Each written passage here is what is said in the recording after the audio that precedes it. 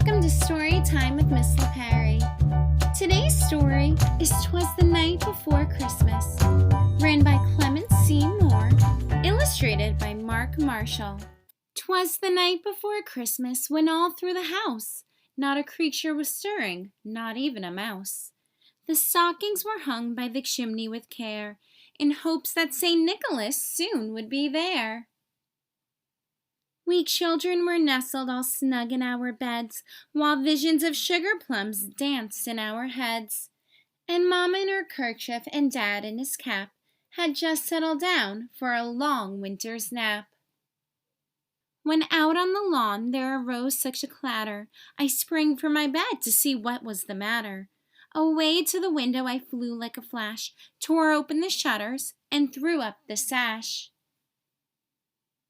The moon on the breast of the new-fallen snow gave a lustre of midday to objects below, when what to my wandering eyes did appear but a miniature sleigh and 8 tiny reindeer, with a little old driver so lively and quick, I knew in a moment he must be St. Nick.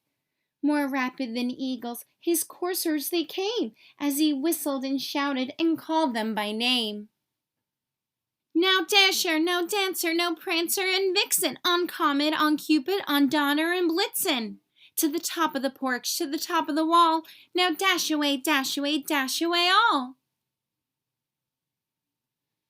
As dry leaves that before the wild hurricane fly, when they meet with an obstacle, mount to the sky. So up to the horsetop the coursers they flew, with the sleigh full of toys, and St. Nicholas too. And then in a twinkling I heard on the roof the prancing and pawing of each little hoof. As I drew in my head and was turning around, down the chimney St. Nicholas came with a bound. He was dressed all in fur from his head to his foot, and his clothes were all tarnished with ashes and soot.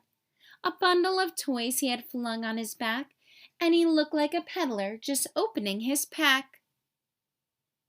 His eyes, how they twinkled, his dimples, how merry, his cheeks were like roses, his nose like a cherry.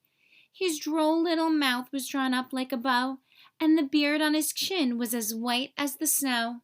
The stump of a pipe he held tight in his teeth, and the smoke it encircled his head like a wreath.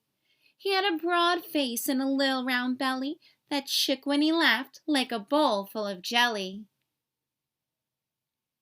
He was chubby and plump, a right jolly old elf, and I laughed when I saw him in spite of myself. A wink of his eye and a twist of his head soon gave me to know I had nothing to dread.